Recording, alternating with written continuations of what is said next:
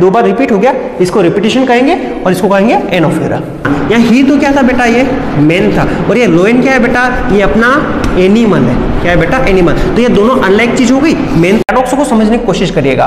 क्या होता है कि अपोजिट वर्ड तो लिखे रहते हैं, लेकिन जैसा लिखा जाता है वैसा सेंस उसका नहीं निकलता है। क्या निकलता है, हिडन मीनिंग निकलता है जो सत्य होता है। लेकिन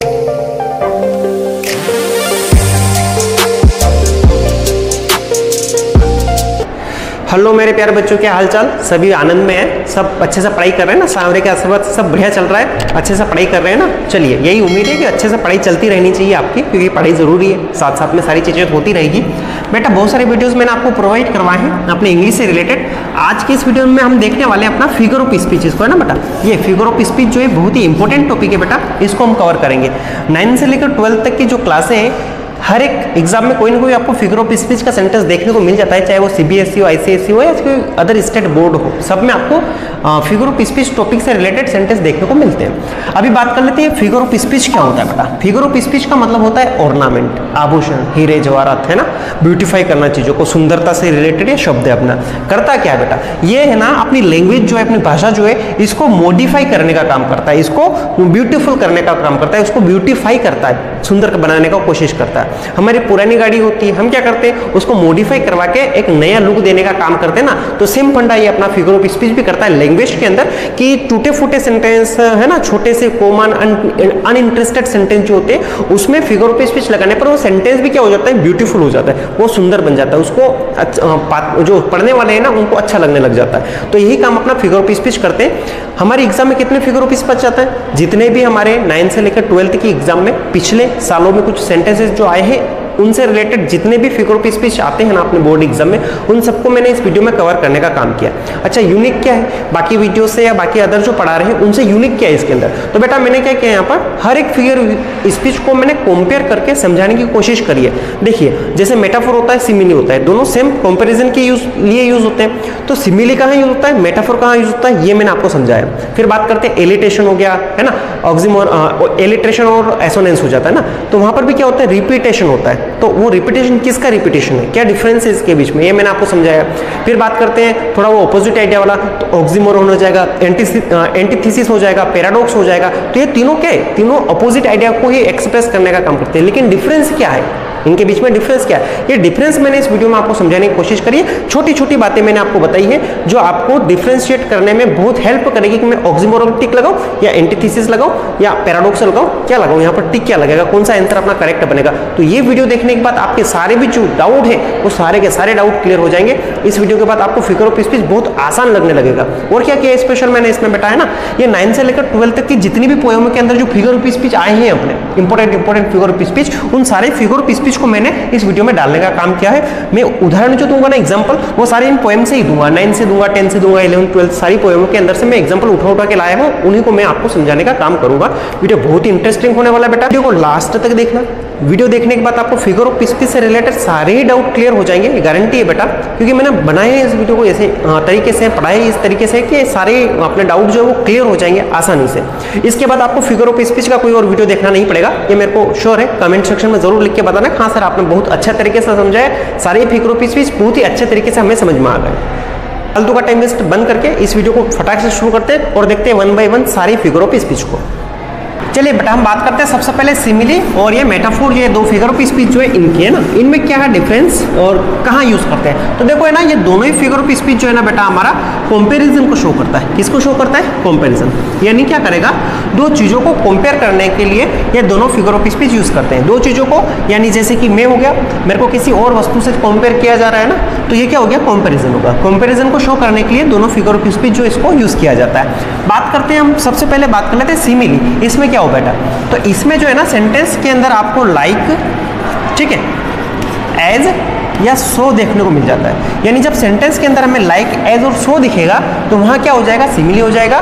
और यहां पर क्या होगा मेटाफोर में बेटा, तो यहां पर अनलाइक थिंग जो है इनको कंपेयर करने का काम करेंगे, अनलाइक थिंग, और बिना किसी लाइक एज और सो के। यहाँ पर आपको लाइक एज सो नहीं मिलेगा, किसके अंदर, मेटाफोर के अंदर। सिमिली के अंदर ये रहते, इसके अंदर नहीं रहते। काम दोनों का एक ही, कंपेयर करने का, दो चीजों को, दो नाउन को, दो बातों को कंपेयर करने का काम ही ये करेंगे। इधर क्या हो जाएगा, यहाँ पर दोनों ही अनलाइक थिंग हो जाएगी। जैसे एक तो मैं हो गया और इधर से किसी मेरे को किसी एनिमल से कंपेयर कर दिया गया, या किसी नॉलेजेबल थिंग से कंपेयर कर दिया गया, या किसी और चीज से कंपेयर कर दिया गया, तो वहां पर हो जाएगा मेटाफोर। अभी समझ में नहीं आया होगा आपको, मैं आपके सामने एक उदाहरण रख रहा हूं, इसको देखिए, अभी आपको ये समझ में आ जाएगा। मैं लिख रहा हूं कि ही फाउट लाइक अ लोयन, ठीक है, ये एक सेंटेंस हो गया। मैं इधर एक और सेंटेंस लिख रहा हूं कि ही इज अ लोयन। बेटा यहाँ पर दोनों में क्या कर रहे हैं, कंपेयर करने का काम कर रहे हैं। कैसे कंपेयर कर रहे हैं सर बताओ, तो ये देखो यहाँ पर ये ही जो है इसको लोयन के समान बताया गया है। क्या बताया कि ही फाउट, वो लड़ा लाइक के समान, किसके समान, लोयन के समान, एक शेर के भांति वो लड़ा, यहाँ पर ये बता रहे हैं। तो ये ही जो है इसको हम लोयन से कंपेयर करने का काम कर रहे हैं। क्या करने का काम कर रहे हैं, कंपेयर करने का, कि ये ही जो है ना, कोई व्यक्ति जो है वो लोयन के जैसे शक्ति के साथ में, साहस के साथ में, दृढ़ता के साथ में किसी से लड़ा है। तो ये यहाँ पर ही और लोयन दोनों कंपेयर हो रहे हैं। अब कंपेयर किया हमने, लेकिन क्या लगा दिया बीच में, लाइक लगा दिया, और लाइक एज और सो जब भी लगा देते हैं क्या बन जाता है, वो अपना सिमिले बन जाता है। तो ये फिगर ऑफ स्पीच इस सेंटेंस के अंदर कौन सा हो गया, सिमिले फिगर ऑफ स्पीच हो गया। वहीं बात करते हैं किसकी, मेटाफोर की। यहाँ क्या लिखा, ही इज अ लोयन, यहाँ पर ही जो है इसको क्या बताया, लोयन बताया। ही इज अ लोयन, वह क्या है, लोयन है। अब वो लोयन कैसे हो गया भाई साहब, तो ये इसकी क्वालिटी, ही की जो क्वालिटी है ना, इसकी गुण है, क्षमता, जो उसका साहस की जो क्षमता है, किसी चीज को सहन करने की, किसी से लड़ने की शारीरिक क्षमता जो है, इसको किससे कंपेयर कर दिया गया बेटा, इस लोयन से। लोयन में भी साहसिक क्षमता होती है ना, शारीरिक क्षमता भी होती है, वो आसानी से किसी से लड़ सकता है, ये ऐसा साहस उसके अंदर होता है। ऐसा ही साहस इस व्यक्ति के अंदर है। तो यहाँ पर ही इज अ लोयन मैंने किया। अब एक और बात करना, यहाँ ही तो क्या था बेटा, ये मैन था, और ये लोयन क्या है बेटा, ये अपना एनिमल है। क्या है बेटा, एनिमल। तो ये दोनों अनलाइक चीज हो गई, मैन तो हो गया इंसान, और ये एनिमल बन गया। इन दोनों के बीच में कंपैरिजन करने का काम कर रहे हैं। तो ये कौन सा मेटाफोर हो गया, कौन सा फिगर ऑफ स्पीच हो गया बेटा, मेटाफोर। अगर इसी में मैं क्या कर देता हूँ, he is like a लोयन, he is like अ लोयन, यानी वह किसके समान है, लोयन के जैसे। तो यहाँ पे ये लाइक बैठ गया, ये लाइक क्या बताएगा बेटा, सिमिले बताएगा, और ये लाइक नहीं होगा तो क्या बन जाएगा, मेटाफोर बन जाएगा। मेन समझ में आया होगा आपको कि कॉन्सेप्ट क्या है, कंपैरिजन के लिए। कॉन्सेप्ट क्या है बेटा, कंपैरिजन के लिए। दोनों सिमिली और मेटाफोर दोनों को करते हैं यूज, ठीक है। डिफरेंस क्या है कि सिमिली में लाइक एज और सो मिलेगा, मेटाफोर में ऐसा कुछ भी आपको देखने को नहीं मिलेगा। अब बात कर लेते हैं इससे रिलेटेड सेंटेंसेस। तो मैंने 9th से 12th की जो पोएम है उनके अंदर से सेंटेंसेस उठा के रखने का काम किया, उनको वन बाय वन डील करते हैं। देखिए यहाँ पर पहला सेंटेंस लिखा है कि her face ashen like that of corpse, ठीक है, ये लिखा। यहाँ पर क्या कर रहे हैं हम, फेस को इस कॉप से क्या कर रहे हैं, कंपेयर करने का काम कर रहे हैं। कॉप से मतलब होती है डेड बॉडी, और फेस मतलब उसका चेहरा, किसका, ये अपना क्लास 12th की पोएम माय मदर एट 66 जो है वहां से मैंने उठाया है। यहाँ पर क्या कर दिया गया, इसमें लगा दिया गया लाइक, क्या लगा दिया गया, लाइक। और जब भी लाइक एज और सो आएगा, ये क्या बन जाएगा, फिगर ऑफ स्पीच। कौन सा वाला बेटा, सिमिली फिगर ऑफ स्पीच बन जाएगा। तो करने का काम भी करेंगे, फेस को कॉप से कंपेयर करने का काम कर रहे हैं, और कंपेयर के लिए क्या यूज कर दिया इसने, लाइक को यूज कर दिया। ये अपना सिमिली फिगर ऑफ स्पीच बन जाएगा। अगला देखिए, if he roars at you as you are dying. देखो ये भी अपना क्लास 10th का पोएम है, how to tell wild animal, ये करके अपना एक पोएम है, वहां से मैंने सेंटेंस को उठाया है। तो क्या लिखा कि एज ही रोर्स, अगर वो क्या करता है, रोर करता है, तो यू आर डाइंग, यानी आप क्या करने वाले हो, आप मरने वाले हो। ऐसा एक सेंटेंस इसने लिखा है। तो यहाँ पर क्या करा इसने, एज से सेंटेंस को बनाया, काम किया है, और ये भी अपना क्या हो जाएगा, सिमिली फिगर ऑफ स्पीच बन जाएगा। अच्छा एक और लिखा, लाइक ए लेपरस हाइट, यानी लाइक सबसे पहले लगा दिया।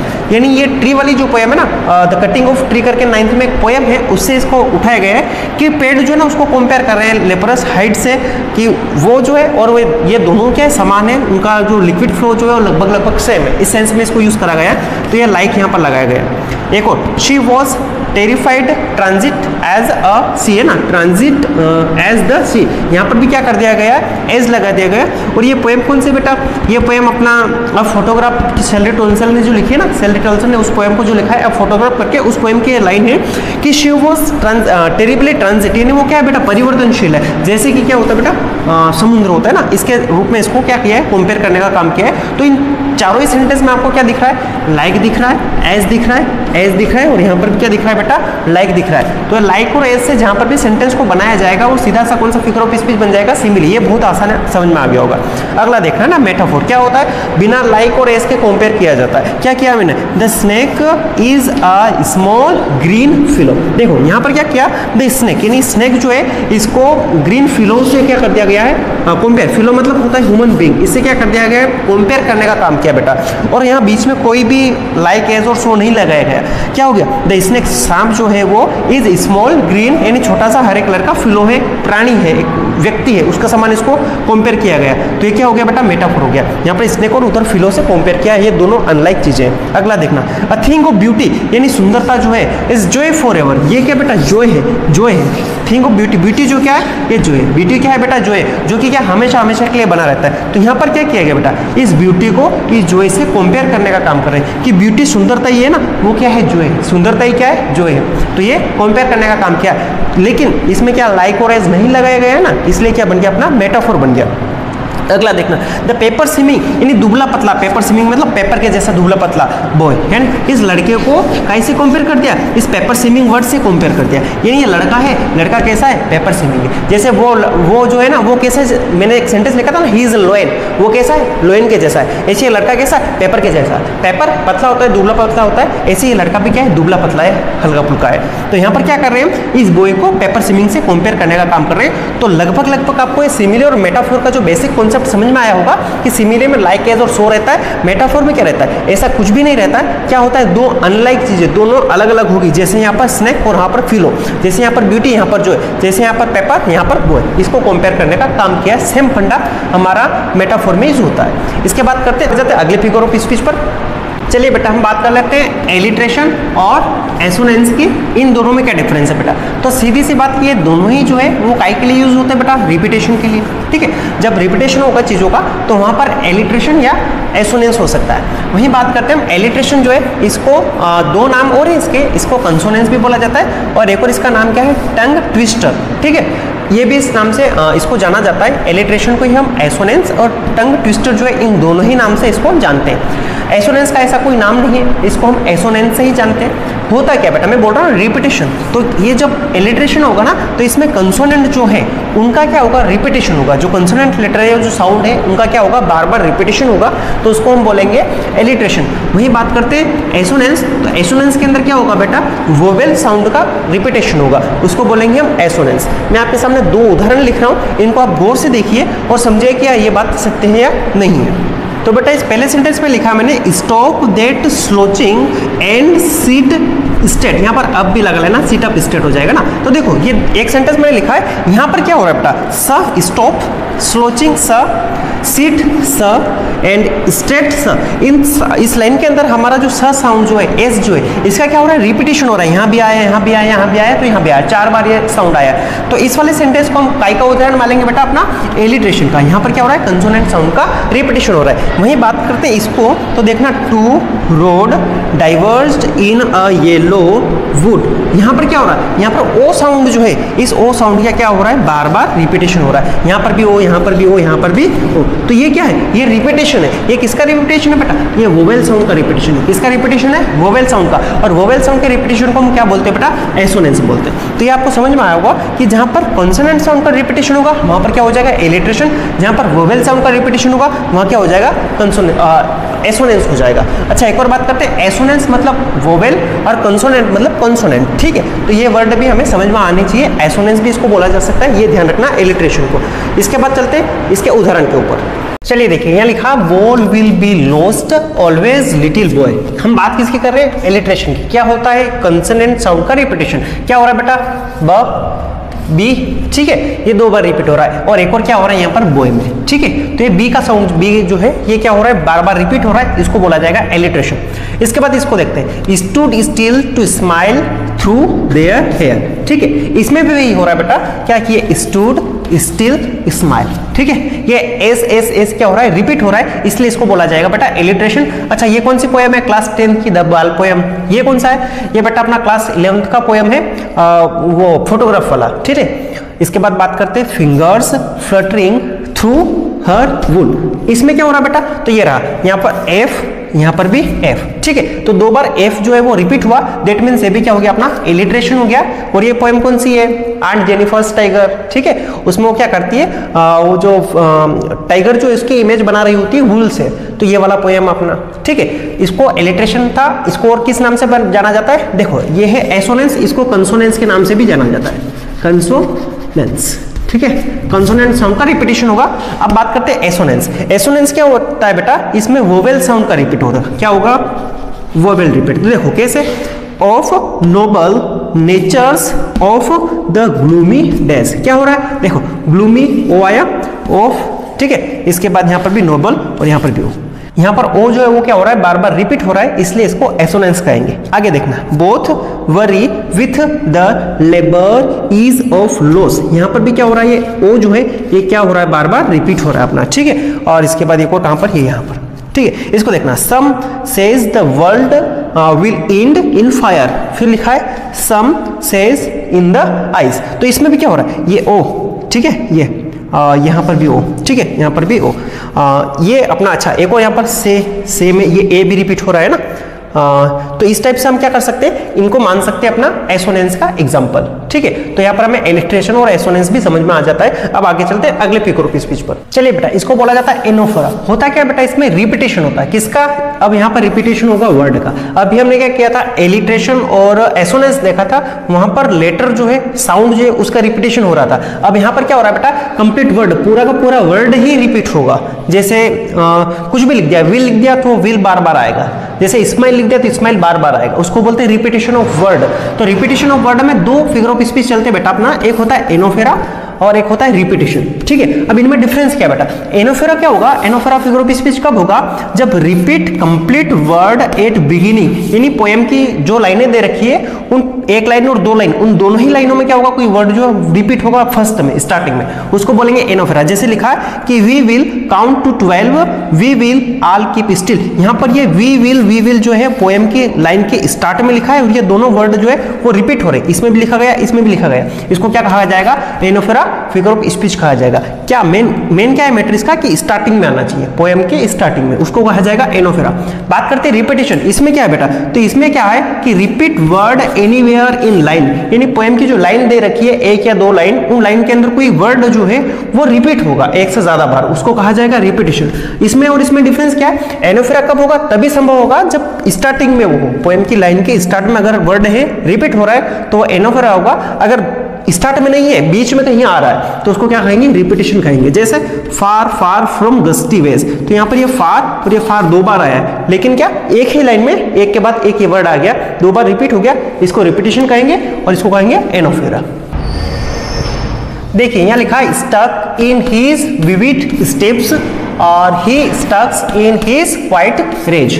क्या हो रहा है बेटा, यहाँ पर ये ही स्टक्स जो है ये दो बार आया है और दोनों अलग अलग लाइन में स्टार्टिंग में बैठा हुआ है, इसलिए इसको क्या कहा जाएगा, एनोफेरा कहा जाएगा, ठीक है। इसके बाद एक और देखना, he looked down one as far as I could, and फिर लिखा है and looked down the other just as fair, ठीक है। तो इसमें क्या हो रहा है बेटा, ये एंड लुक्ड डाउन, ये लुक्ड डाउन जो है ये लाइन के स्टार्ट में दे रखा है और ये वर्ड जो है सेम ऐसे रिपीट हो रहे हैं, इसलिए इसको भी क्या कहा जाएगा, एनोफेरा कहा जाएगा। ये क्लास 9th की पोएम है, द रोड नोट टेकन, वहां से लिया गया है, और ये भाई क्लास 10th की पोएम, वहां से इसको लिया गया है। बात करते हैं रिपीटेशन की, ठीक है। तो रिपीटेशन में वर्ड होगा कहीं भी रिपीट हो सकता है। देखो, don't bite your nails Amanda, ठीक है, और don't hunch your shoulder Amanda. यहाँ पर ये अमांडा वाला वर्ड जो है ये दो लाइनों में दो बार आया है, अलग अलग बार आया है ना, तो इसको बोलेंगे रिपीटेशन। अच्छा, यहाँ पर भी आया, फिर ये डोंट, तो ये क्या का उदाहरण हो जाएगा बेटा, एनोफेरा का हो जाएगा, और ये अमांडा वर्ड जो का एग्जांपल हो जाएगा बेटा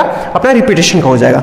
एक और क्लास 12th की पोएम माय मदर एट 66 में स्माइल स्माइल स्माइल लास्ट की लाइन में लिखा गया है, 3 बार आया हुआ है, तो ये रिपीटेशन हो जाएगा अपना। अच्छा, इसके अलावा और क्या है, तो ये स का साउंड यहाँ पर रिपीट हो रहा है ना, जब कंसोनेंट साउंड रिपीट हो रहा है उसको क्या बोलते हैं, क्या करना है, कमेंट में बताना, ठीक है। अच्छा, एक और, तो इसका तो मैंने आपको समझा ही दिया है, इसमें ठीक है यही हो रहा है, ठीक है। तो आपको ये एनोफेरा और रिपीटेशन भी समझ में आ गया होगा, यानी स्टार्टिंग में बैठे कोई वर्ड रिपीट हो तो एनोफेरा, और लाइन में कहीं भी बीच में आ जाए और रिपीट हो तो उसको बोलेंगे रिपीटेशन। अब चलते मजेदार फिगर ऑफ स्पीच पर, जो बहुत ही ज्यादा कंफ्यूजिंग है, उनके ऊपर चलते हैं। 3 फिगर ऑफ स्पीच मैं समझा रहा हूँ, तीनों को कंपेयर करके, बहुत मजेदार है। चलिए बेटा, एक तो होता है अपना ऑक्सीमोरन, ठीक है, एक होता है एंटीथीसिस, ठीक है, और एक और हो जाता है बेटा अपना पैराडॉक्स। ये तीनों फिगर ऑफ स्पीच जो है ना, ये अपोजिट आइडियाज के ऊपर चलते हैं। यानी इनमें कोई वर्ड जो है वो अपोजिट वर्ड रहेंगे, जैसे हैप्पी का सैड है ना, लाइक का डिसलाइक है ना, ओरिजिनल का कॉपी, डुप्लीकेट है ना, ये वाला। और आइडिया भी हो सकते हैं, कोई अपोजिट आइडियाज भी इसके अंदर आ सकते हैं। यानी कोई अपोजिट आइडिया, कोई अपोजिट वर्ड जो है ये एक ही सेंटेंस के अंदर आ जाएंगे, वहां पर इन तीनों में से कोई एक फिगर ऑफ स्पीच होगा। अब कैसे फाइंड आउट करेंगे कि अपना ऑक्सीमोरन है या एंटीथीसिस है या पैराडॉक्स है? देखो सीधा सा फंडा है, अगर वर्ड जो है वो साइड बाय साइड है, मतलब बिल्कुल पास पास में, साइड बाय साइड बोलते हैं ना उसको, एक के बाद एक दोनों वर्ड को लिखा गया और दोनों अपोजिट वर्ड है, तो वहां क्या हो जाएगा बेटा, अपना ऑक्सीमोरन हो जाएगा, ठीक है। दूसरी बात, जब एक सेम सेंटेंस, एक छोटा सेंटेंस, एक स्टेटमेंट है, उस स्टेटमेंट के अंदर दो अपोजिट आइडियाज जो दे रखे हैं और वो दूर दूर है, एक स्टार्टिंग में आ गया, एक एंड में आ गया, या बीच में कहीं दो जगह आ गया, है ना, तो उसको बोलेंगे एंटीथीसिस।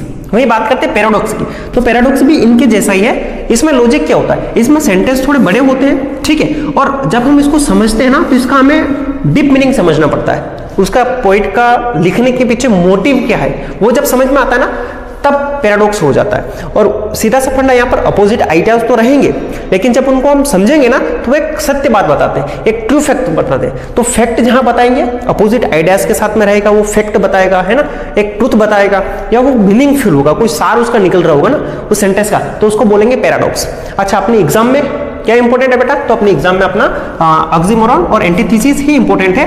पैराडॉक्स के ऊपर आप ना जाए तो भी चल जाएगा, ठीक है। और बाय द वे, अगर हम देख रहे हैं सेंटेंस में और हमें ऑप्शन में दे रखा है एक तो ऑक्सीमोरन और एक पैराडॉक्स दे रखा है, और सेंटेंस किसके जैसा है, एंटीथीसिस के जैसा है, तो आप ऑक्सीमोरन मत लगाना, उसमें पैराडॉक्स लगा के आ जाना, क्योंकि ये दोनों जो है लगभग सेम होते हैं, लगभग सेम होते हैं। तो पैराडॉक्स और एंटीथीसिस दोनों ऑप्शन एक साथ नहीं देगा, पैराडॉक्स भी दे देगा आपको, एंटीथीसिस भी दे देगा, ऐसा नहीं होगा, है ना। तो उसमें ऑप्शन देख लेना कौन सा हम चूज करेंगे। अब चलते हैं इसके सेंटेंस के ऊपर, किस टाइप के सेंटेंस इसमें आते हैं। मैं 3 सेंटेंस आपको यहाँ पर लिख के समझा रहा हूँ।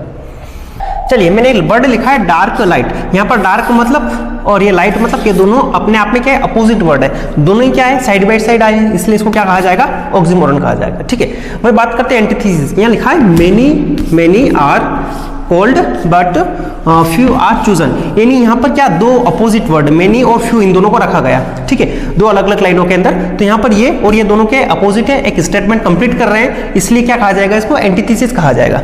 Many are called but few are chosen, ठीक है। वही बात करते हैं पैराडॉक्स की, तो यहाँ पर थोड़ा बड़ा स्टेटमेंट रहता है, देखना परहैप्स, और इसका जो है ना मीनिंग जो है वो हमें समझना पड़ेगा, पोइट क्या कहना चाहता है उसके सेंस पर। देखना, perhaps the earth can teach, perhaps the earth can teach us when everything seems dead, यानी जब क्या हो जाएगा, सब खत्म हो जाएगा, एंड लेटर, और बाद में प्रूव सिद्ध कर देगा सारा का सारा अलाइव। यहाँ पर भी दो अपोजिट वर्ड आए, एक तो आया है बेटा डेथ, एक आया है बेटा अलाइव। यहाँ पर क्या था, डायरेक्टली समझ में आ गया था कि ये फ्यू और ये मेनी और फ्यू जो है इनका सेंस वही है। मेनी आर कॉल्ड, यानी बहुत सारों को बुलाया गया, बट फ्यू आर चूजन, किंतु कुछ लोगों को क्या किया गया, चूज किया गया, जो लिखा वही सेंस निकला, जो लिखा वही सेंस निकलेगा इसका। लेकिन इसका क्या होगा, इसका एक हिडन मीनिंग निकलेगा, इसका क्या होगा, एक हिडन मीनिंग, और जो सत्य को प्रकट करने का काम करेगा। देखो इसको समझने की कोशिश करते हैं। Perhaps the earth can teach, यानी शायद अर्थ जो हमें वो सिखा सकती है। As when everything seems dead, जब क्या हो जाएगा, सब खत्म हो जाएगा, पूरा सृष्टि जो क्या हो जाएगा, खत्म हो जाएगा। एंड लेटर, और बाद में प्रूव्स अलाइव, और फिर से क्या हो जाएगा, फिर से इस पृथ्वी के ऊपर, सृष्टि के ऊपर एक नया जीवन संभव हो पाएगा, एक नई सृष्टि का विकास होगा, ये वाला सेंस। यानी हर एक शुरुआत जो है वो अंत से होती है, अंत से ही शुरुआत होती है ना, अंतस्थि प्रारंभ कहा जाता है ना, कि अंत में ही प्रारंभ है। तो ये वाला सेंस है, ये एक सत्य बात है, और इसको डीपली हमें समझना पड़ेगा कि डेथ होती है, इसका मतलब खत्म नहीं हो गया वो, डेथ का मतलब होता है फिर से नई शुरुआत होनी है, ठीक है। तो ये वाला होता है इसका सेंस। पैराडॉक्स को समझने की कोशिश करिएगा आप। क्या होता है कि अपोजिट वर्ड तो लिखे रहते हैं, लेकिन जैसा लिखा जाता है वैसा सेंस उसका नहीं निकलता है। क्या निकलता है, एक हिडन मीनिंग निकलता है, जो सत्य होता है। लेकिन एंटीथीसिस में क्या होगा, जो लिखा जाएगा उसका सेंस वही रहेगा, ठीक है। ये है इसका मैटर। अब कुछ और एग्जांपल देख लेते हैं इसके। पैराडॉक्स के ऊपर ज्यादा लोड लेने की आवश्यकता नहीं, अगर समझ में आ गया बहुत बढ़िया, ऑल द बेस्ट। अगर नहीं भी आ रहा है तो आप इन दोनों को एलिमिनेट कर सकते हैं ऑप्शन के थ्रू। अब चलते हैं कुछ और एग्जाम्पल के ऊपर। यहाँ लिखा है लेबर्ड इज ऑफ लॉस। यहाँ तो सीधा सा है कि इज यानी आसान, लेबर्ड मतलब परिश्रम, ठीक है। तो दो ऑपोजिट आ गया, आइडिया हो गया। अगला देखना, sad wistful heart of the country side, ठीक है। यहाँ पर सैड का मतलब दुखी, ठीक है। और यहाँ पर विस्टफुल का मतलब होता है होपफुल, क्या होता है, होपफुल, एनर्जेटिक, ठीक है। तो ये सैड मतलब नेगेटिव थॉट और ये विस्टफुल मतलब पॉजिटिव थॉट, ये दोनों एक दूसरे के साथ में आए हैं। तो इन दोनों को क्या कहेंगे, ऑक्सीमोरॉन, साइड बाय साइड अपना आइडियाज लिखा हुआ है। अब बात करते हैं एंटीथीसिस की, यानी सेंटेंस के अंदर दो आइडियाज रहेंगे। देखना, टू एयर, यानी एयर जो है इन ह्यूमन, यानी मानव जो है उनकी जो कमी रही है वो है टू फॉरगिव डिवाइन।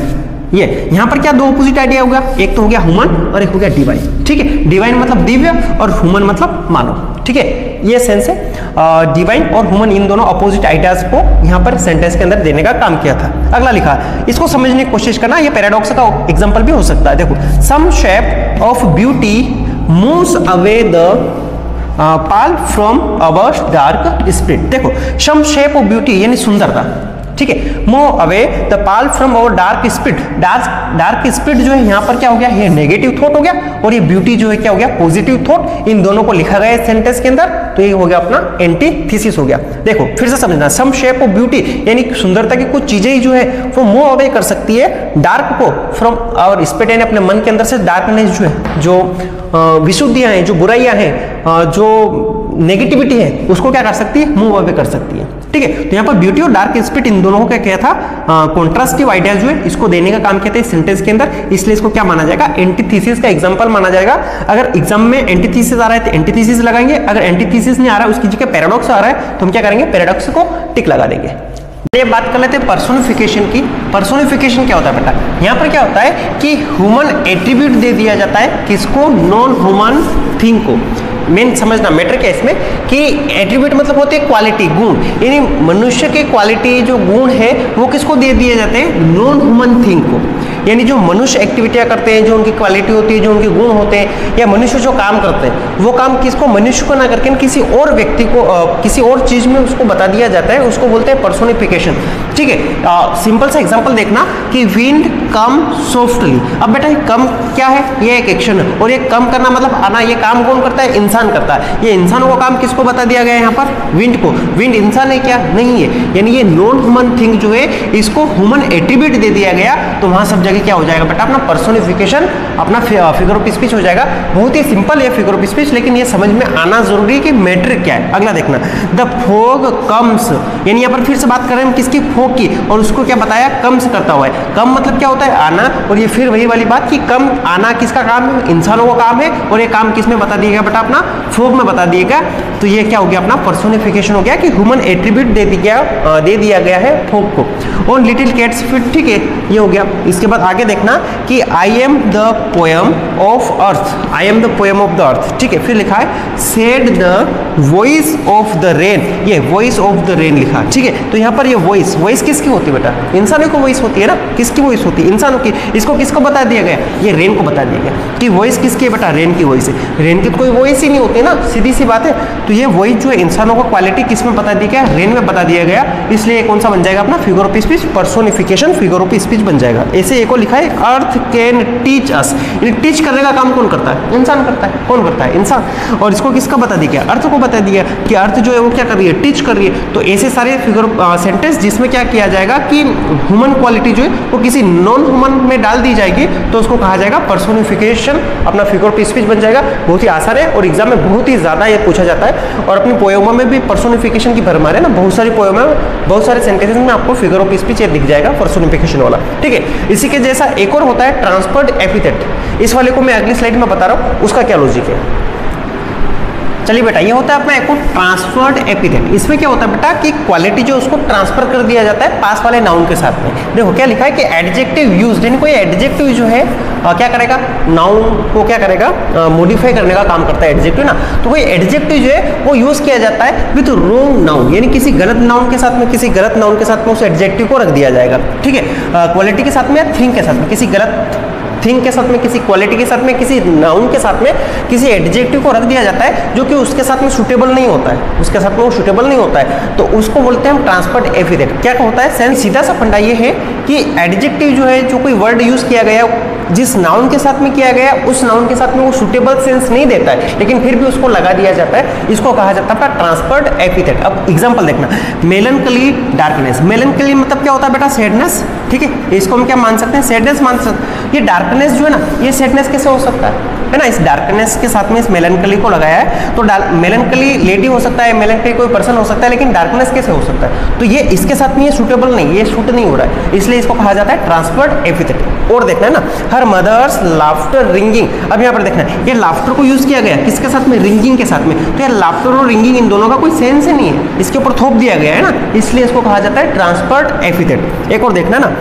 देखो द शेडी बून है ना, ये शेडी बून कुछ नहीं होता है, ठीक है, बून के लिए आप अगर इस शेडी को यूज कर रहे हैं तो यहाँ शेडी यूज नहीं हो सकता, कुछ और वर्ड यूज होना चाहिए था, लेकिन इसने क्या कर दिया, शेडी बून को यूज कर दिया गया। आगे लिखा है the sadness that lurks near the open window, तो इसमें भी सेम फंडा हो रहा है, सैडनेस जो है ना इसको लर्क्स करता हुआ बताया गया है, तो सैडनेस जो वो लर्क्स नहीं होती है, ठीक है, तो ये यानी कुल मिला के ये होता है कि एडजेक्टिव जो है वो किसी पास वाले नाउन को ऐड करके उसके ऊपर थोप दिया जाता है, उस नाउन की क्वालिटी नहीं होती वो भी उस एडजेक्टिव को उसके साथ में ऐड कर दिया जाता है, तो ये हो जाता है अपना बेटा ट्रांसफर्ड एपिथेट, ठीक है, क्या होगा, क्वालिटी को ट्रांसफर कर दिया जाएगा, ठीक है। इसके बाद अगले फिगर ऑफ स्पीच पर चलते हैं। भाई साहब बात करते हैं फिगर ऑफ स्पीच हाइपरबोल की, इसमें क्या होता है बेटा, अतिशयोक्ति होता है, क्या होता है ये,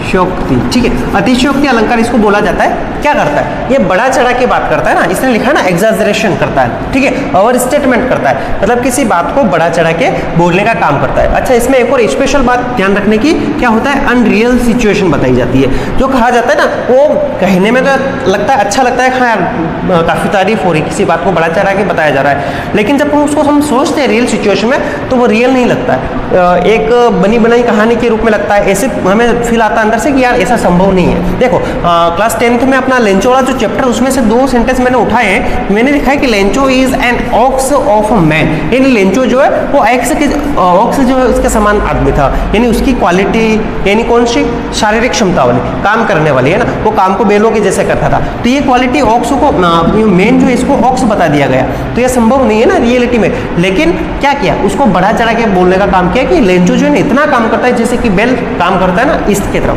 एक को लिखा है उसी में था कि ह्यूज माउंटेन्स ऑफ क्लाउड्स, यहाँ पर क्या बता है, माउंटेन मतलब क्या होते हैं, पहाड़ पर्वत होते हैं, उसको क्या बता दिया गया बेटा, क्लाउड बता दिया गया, तो एक क्लाउड कभी माउंटेन हो सकते हैं क्या, नहीं हो सकते हैं, लेकिन क्लाउड ही इतने बड़े बड़े आए कि वो किसके जैसे लग रहे थे, माउंटेन के जैसे लग रहे थे, तो इस क्लाउड्स को क्या किया, बड़ा चढ़ा के बताने का काम किया, लेकिन ये रियल कंडीशन नहीं है, ये सोचो, आप खुद दिमाग के ऊपर जोर डालो कि क्लाउड जो माउंटेन हो सकते हैं क्या, नहीं हो सकते ना, तो huge clouds of mountain approaching, यानी यहाँ पर क्या हो रहा है, इन क्लाउड को एक्सैजरेट करके माउंटेन से कंपेयर किया है, माउंटेन के जैसा इनको बताने का काम किया है, इसको बोला जाता है ओवर स्टेटमेंट, यानी बड़ा चढ़ा के बात करना, अतिशयोक्ति। ये अपना कौन सा फिगर ऑफ स्पीच बन जाता है, अपना हो जाता है हाइपरबोल, ठीक है। अब इसके एग्जांपल देखते हैं जो हमारी पोएम में दे रखे हैं। देखो पहला लिखा है कि यू ब्रिंग, ठीक है, वी सी है ना, you bring we see, you destroy, तुम क्या करते हो, डिस्ट्रॉय कर देते हो, किसको बेटा, हाउसेस को, मकानों को डिस्ट्रॉय कर देते हो, राफ्टर्स को डिस्ट्रॉय कर देते हो, डोर्स को डिस्ट्रॉय कर देते हो, and whole book of rules, और सारी किताबें जो है इनको क्या कर देते हो, डिस्ट्रॉय कर देते हो।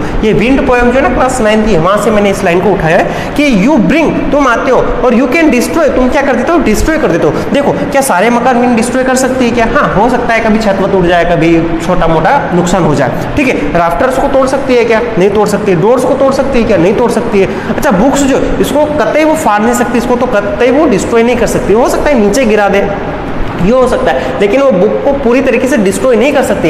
लेकिन फिर क्या बताया इस पोएम में कि विंड जो है सारे काम कर रही है। ये क्या किया, विंड को एक्सैजरेट करने का काम किया, उसको बढ़ा चढ़ा के बताने का काम किया। ये अपना फिगर ऑफ स्पीच बन गया हाइपरबोल। अगला देखना, a thing of beauty Joy for ever, यानी थिंग ऑफ ब्यूटी जो है ना, ये ब्यूटी, ये इसका जॉय जो है, इसका आनंद जो है वो फॉर एवर रहता है। देखो कोई ब्यूटीफुल चीज हमने देखी है, हाँ उसकी कल्पनाएं जो है उसके अंदर वो चीजें चलती रहती है, लेकिन उसका जो आनंद है, जो हमने रियल टाइम में रह के जो एक्सपीरियंस किया है, वो एक्सपीरियंस हमारे अंदर हाँ जिंदा रहता है, लेकिन हमेशा हमेशा के लिए बना नहीं रहता है। तो ये बात भी क्या हो रही है, एक्सैजरेट करने का काम कर रहे हैं हम, इसको बड़ा चढ़ा के बताने का बात कर रहे हैं कि ब्यूटी जो है वो क्या होती है, फॉर एवर होती है। ये भी संभव नहीं है। हम सोचे ना ब्यूटी फॉर एवर कैसे हो सकती है, संभव ही नहीं ना, हमारे मन से वो विचार आते रहेंगे, लेकिन वो जो स्मरण हमने जो वहां जाके फील किया था वो संभव नहीं है। अगला देखना, थाउजेंड्स ऑफ रिकलेक्शन, यानी बहुत सारी यादें, वेव देयर थ्रेड, यानी वो क्या करती है, अपने धागे बुनने का काम करती है इन बुक में। तो ये कंडीशन है कि थाउजेंड्स ऑफ रिकलेक्शन, यानी हजारों यादें, ये कौन सी पोएम है बेटा? आपने वो जो रेन वाली पोएम जो है ना कोटेस किन्ने ने लिखी, उस वाली पोएम से इसको उठाया गया है कि थाउजेंड्स ऑफ रिकलेक्शन जो है वो मेरे माइंड में आने का काम करते हैं। तो विचार आएंगे, थाउजेंड्स ऑफ विचार कैसे आ सकते हैं, है ना? 1 2 4 5 विचार आ सकते हैं, 10 विचार आ सकते हैं ना किसी चीज को देख के, तो थाउजेंड्स ऑफ विचार नहीं आ सकते। ये भी क्या है? अनरियल सिचुएशन है, यानी क्या हो गया अपना? हाइपरबोल गया। होगा क्या बेटा? अपना last figure of speech irony की बात कर लेते हैं। इसको हम व्यंग बोलते हैं बेटा। हम किसी के ऊपर कटाक्ष जो करते हैं ना उसको बोला जाता है आयरनी, ठीक है? किसी को हम तंज कसने का काम करते हैं ना, व्यंग करने का काम करते हैं, वो है बेटा आयरनी। ये आयरनी भी बेटा 3 टाइप की होती है। एक होती है बेटा वर्बल आयरनी, एक होती है सिचुएशनल आयरनी और एक होती है dramatic irony.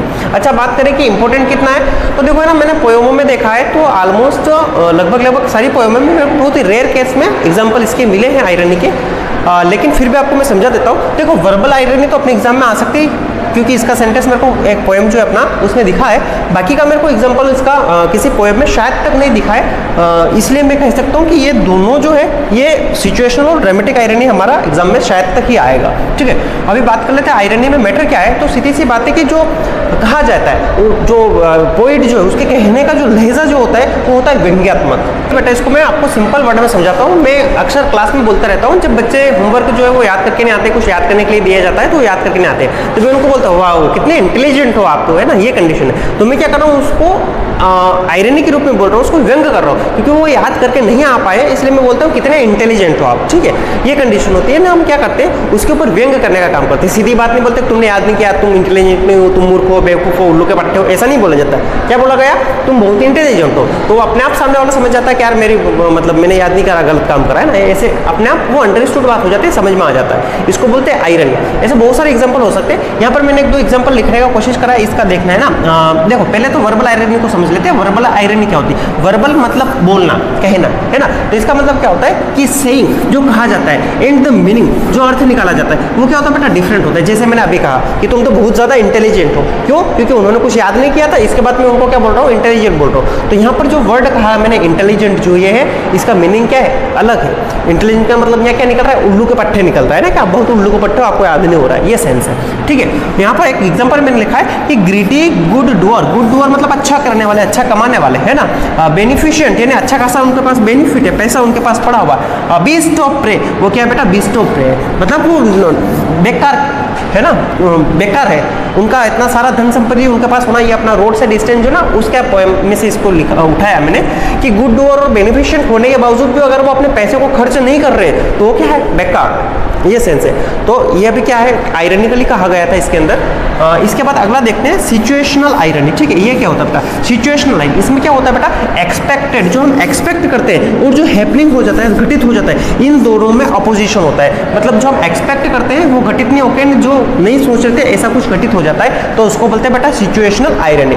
By the way हम क्या कर रहे हैं? मूवी को देख रहे हैं ना, क्या कर रहे हैं? मूवी को देख रहे हैं। हम सोचे कि यहाँ पर क्या होगा? हीरो आएगा और इसको बचा के ले जाएगा, लेकिन रियल सिचुएशन में क्या हो जाता है? इसका उल्टा हो जाता है कि हीरो जो किसी को बचा नहीं पाता है। तो ये हमने जो एक्सपेक्ट किया था और जो घटित हो गया, इसमें क्या हो गया? डिफरेंस आ गया। तो ये भी हो गया बेटा कौन सी? Situational irony. इसके मैंने एग्जांपल नहीं लिखे, बेसिकली मैं आपको समझाने का काम कर रहा हूँ। एक और होता है बेटा अपना ड्रामेटिक आयरनी। ड्रामेटिक आयरनी क्या होता है बेटा? कि इसमें रीडर और जो व्यूअर होते हैं, जो देख रहे हैं या जो उसको पढ़ रहे हैं किसी भी वर्क को, वो जान जाते हैं कैरेक्टर के बारे में, लेकिन कैरेक्टर को लेके उसके बारे में कुछ चीजें बता सकते हैं, लेकिन वो जो कैरेक्टर खुद नहीं बता पाता है ना। जैसे फिर एक्टर जो है उसको जो रियल सिचुएशन जो है वो पता नहीं होती है, वो क्या करता है? ड्रामा करने का काम करता है, लेकिन उसके जो देखने वाले जो व्यूअर है, जो रीडर है, उनको समझ में आ जाता है कि यहाँ पर ये घटनाएं घटित हुई है और ये बंदा इसको ढूंढ रहा है, ये बंदा ये करने वाला है, ये बंदा ये करने वाला है, ये अब ये बोलेगा। ऐसी कंडीशन जो हो जाती है उसको बोलते हैं ड्रामेटिक आयरनी। तो ये 3 टाइप की आयरनी होती है, एक तो वर्बल आयरनी होती है, एक सिचुएशनल आयरनी होती है, ड्रामेटिक आयरनी होती है। बेसिक सा सिंपल सा अपने एग्जाम में खाली क्या आएगा? आयरनी ही आएगा। क्या होता है बेटा? व्यंग होता है, उसको बोलते हैं आयरनी।